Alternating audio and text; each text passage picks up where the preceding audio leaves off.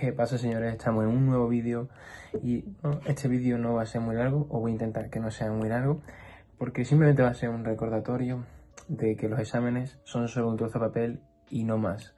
Y bueno, va a ir un poco sobre algunas ideas de cómo afrontarlo, de bueno, cómo pensar sobre lo que son los exámenes. Entonces, bueno, ya llevo un mes de universidad aquí en Estados Unidos y la verdad que puedo decir, esto es una maravilla. El que pueda que venga para acá y básicamente eso, la verdad que esto es otro rollo, esto no es España y se nota mucho que los sistemas educativos son totalmente diferentes.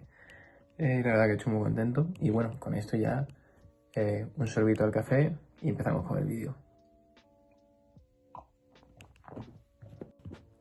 Bueno, me gustaría empezar con un ejemplo sobre, bueno, lo que es un examen, ¿no? Un examen al final es un trozo de papel con tinta que vale en la tienda unos 20-30 céntimos, ¿no? Entonces yo te pregunto, ¿te importaría o te darías cuenta de que has perdido 20 céntimos o 30 céntimos en la cartera? Probablemente no, porque a lo mejor ni los cuentas. Entonces, y además como no le das tanta importancia a esos 20 céntimos, pues esto es lo mismo. El examen hay que darle menos importancia de lo que es. ¿Y por qué? Pues no digo que no haya que estudiar, simplemente digo que hay que tomarse los exámenes menos en serio.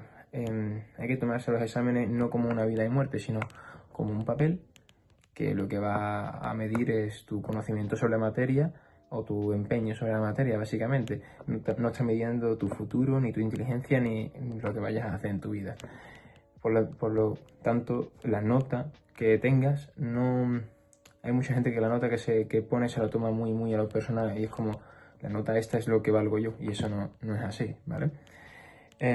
Bueno, lo que digo, sí, es que hay que tener una combinación óptima entre esfuerzo y una pizca de importancia, una pizca de tensión, que es lo que hace que nos movamos, ¿vale? Entonces esto es lo que te voy a explicar ahora, ¿vale? Primero, segundo bachillerato, los exámenes ya no se pueden afrontar con un día de estudio o dos, ¿no? Que, bueno, esto es, al final todos lo hemos hecho, ¿no? Estudiar el día de antes o 2 días de antes. Sobre todo yo lo he hecho en cursos anteriores, pero claro, yo me di cuenta de que la dificultad iba aumentando y entonces pues hay que ampliarlo un poco más, ¿no? Pero obviamente había mucha gente que seguía haciendo estas cosas en primero y segundo bachillerato y eso obviamente pues no es así. Yo por ejemplo, hacía como medía las asignaturas más difíciles y menos difíciles y yo le daba pues a cada una como un margen de tiempo, ¿no? Por ejemplo, francés e inglés o idioma o cualquier asignatura que a ti se te dé muy bien porque se te da muy bien, pues estás dotado en eso. Yo, por ejemplo, le daría en bachillerato unos 2-3 días de estudio, no más. ¿Por qué? Porque si tú estudias esas asignaturas que no son tan importantes o que son más fáciles para ti, las estudias con 5 días o 6 días de antelación, te aburres y empiezas como a decaer. Tu productividad cae porque estás repitiendo otra vez lo mismo y tú ya no estás rindiendo lo que tienes que rendir porque no tienes presión, la has perdido. Entonces haces que cuando llegues al examen tú ya estás cansado, no tienes nada, o sea, no tienes presión y por lo tanto seguramente te vaya a salir no súper mal el examen, pero a lo mejor sí que te va a salir con menos nota de lo que a lo mejor si lo hubieras dado 3 días y hubieras tenido ese toquecito de presión o de tensión, ¿no? Que da lo que es tener un examen. Yo, por ejemplo, a otras asignaturas como historia o ingeniería, tecnología e ingeniería, que son contenidos muy vastos de información que hay que memorizar y muchos problemas y muchas cosas, yo eso le daba 6 días de antelación, 7 días de antelación, porque realmente, como hay que memorizar tanto, necesitas muchos días para sentar bien la información y llegar al examen sabiendo de todo el temario, ¿no? No, aquí ya en primero y segundo bachillerato, el que quiere sacar nota no puede ir eligiendo temas e ir quitando temas, ¿no? Te tienes que estudiar todo porque te puede entrar todo. Y así es la cosa. Bueno, el siguiente aspecto y no menos importante que quería aclarar, que lo dije antes pero no lo expliqué bien, es que hay que entender que las personas se mueven por 3 sentimientos. Estoy hablando no de la vida real, sino estoy hablando de los estudios. Se mueven por miedo a no sacar la nota, miedo a no hacer bien el examen, miedo a que tus padres pues se decepcionen, incertidumbre o duda cuando no tienes ni idea de a lo mejor lo que entra en el examen, o se te ha olvidado estudiar o hacer un proyecto y ahora no sabes cómo empezarlo, tienes que preguntar a gente, bueno, entonces aquí empiezas como a moverte, empiezas a ser productivo, ¿no? Y luego la última y menos frecuente es como ambición por el estudio. Esto no suele pasar porque en el instituto estudiamos asignaturas que a lo mejor no nos gustan, ni tenemos interés por aprenderlas, y no las vamos a necesitar en un futuro ni en la vida real prácticamente. Ya te puedo decir yo que estoy aquí en Estados Unidos y aquí, bueno, aquí las cosas son diferentes, obviamente. Pues puedo decirte que muy pocas cosas estoy usando de lo que yo aprendí en segundo bachillerato.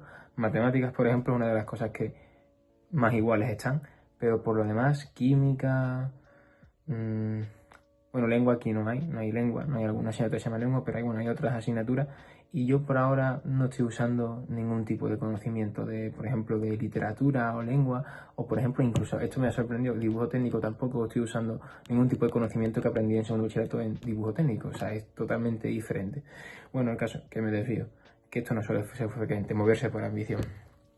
Entonces, lo que yo creo que es mejor, que es lo que estaba diciendo antes, es que si tú pierdes el miedo, pierdes la productividad, pierdes el moverte. Entonces, con el paso del tiempo, te vas a ir decayendo, y cuando llegue el examen, que es donde tienes que estar aquí arriba, no aquí abajo, lo haces peor que si estuvieras aquí arriba. No sé si me entiendes con este ejemplo. Yo creo que sí me has entendido. Yo lo que considero lo mejor que puedes hacer es crearte tú un calendario para cada asignatura, dependiendo de la importancia y dificultad de esa asignatura. Y como el calendario perfecto, el margen de tiempo perfecto es, imaginemos que le voy a dar 4 días a química para estudiar, ¿vale? Me parece un poco, pero yo le daría 5, dependiendo de la dificultad. Pero bueno, vamos a darle 4 días, ¿vale? Pues tiene que ser así. Estos 3 días tiene que ser estudio de todo lo que tengas que estudiar, de todos los temas, ¿no? Te estudias, imagínate, son 2 temas, pues te estudias uno aquí, medio y medio, y te estudias los 3. Y el último día, que este día no es el del examen es este día repasas, pero no repasas estudiando. Hay mucha gente que aquí a lo mejor haces 1 hora y 1 hora y media, estas 3 cosas, y aquí hacen 2 horas. No, eso no. Aquí hay que hacer media o 45 minutos, es un repaso. Tú ya lo has aprendido. Esto simplemente te sirve para, obviamente, tienes que hacer tu propio calendario. Estoy poniendo simplemente un ejemplo. No le vayas a dar 4 días a Historia de España, por ejemplo. Pero este último día te sirve simplemente para incrementar tu seguridad, confianza en la materia y llegar al examen bien. Bueno, en segundo lugar, también, bueno, después de repasar, estudiar o cualquier cosa que suponga un estrés, yo lo que recomiendo es o hacer deporte o distraerte o cualquier cosa, pero tienes que descansar tu cerebro, ¿vale? Tu cerebro ha hecho un esfuerzo, aunque no creas, estudiar quema muchas calorías y te tienes que distraer. Yo lo que recomiendo es el deporte. El deporte libera mucho cortisol, mucha sustancia química, y te va a venir muy bien. Y bueno, ya por último lugar, también uno debe pensar de que, por ejemplo, en primero o segundo bachillerato, no sé los demás cursos, cuarto o tercero de eso, ya supongo que cada maestro puede hacer lo que él debe, pero en primero o segundo bachillerato los maestros suelen pensar que los primeros trimestres son de evolución. Entonces, te tiene que servir el primer trimestre, y ahora el segundo no tanto, pero vamos a poner el primer trimestre entero para coger confianza en la materia, coger unos hábitos buenos de estudio, o sea, proporcionales a lo que es segundo bachillerato, primer bachillerato, y afrontar bien los exámenes, tener experiencia afrontando los exámenes y sabiendo cómo dirigirlos. Entonces, claro, no te debes preocupar menos en el primer trimestre que en el tercero, porque si yo, por ejemplo, saqué un 0,25 en física en mi primer trimestre, y luego yo la terminé sacando y a mí no me pusieron un 0, ni me hicieron media, hombre, si me iban a hacer media, estaba totalmente cao. Pero bueno, ¿no? Me pusieron la nota de mi último trimestre, que fue el que me salió bien. Pero claro, yo esto empecé los primeros días después del examen, y digo, hostia, un 0, ¿cómo puede ser esto, no? Y bueno, es todo un proceso, es toda una evolución. Y los maestros lo repetían mucho. No os preocupéis por la nota, a mí lo que me importa es el tercer trimestre. Esto es lo que suele pasar en primero y segundo bachillerato. Entonces, esos primer y segundo trimestre te tiene que servir para hacerte un maestro en cómo afrontar un examen, cómo no bloquearte, cómo manejar la presión y cómo hacer que todo lo que tú has estudiado, todo el esfuerzo que has hecho, plantarlo en el examen.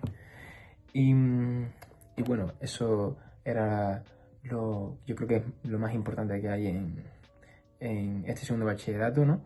Que pensar que todo es un proceso, una evolución y ya, pues en el tercer trimestre tienes que dar lo mejor de ti mismo y no te preocupes porque eso me decía siempre un maestro, me decía que cuando por ejemplo ya se estaba acercando la importancia, ¿no?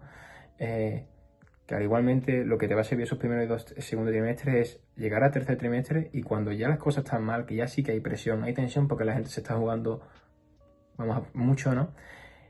Tú al hacer tu maestro en controlar eso y afrontar los exámenes, esa presión claro, también te va a dar, no eres una máquina, pero la vas a saber como controlar y gestionar muchísimo mejor y te va a salir todo mucho mejor, ya verás.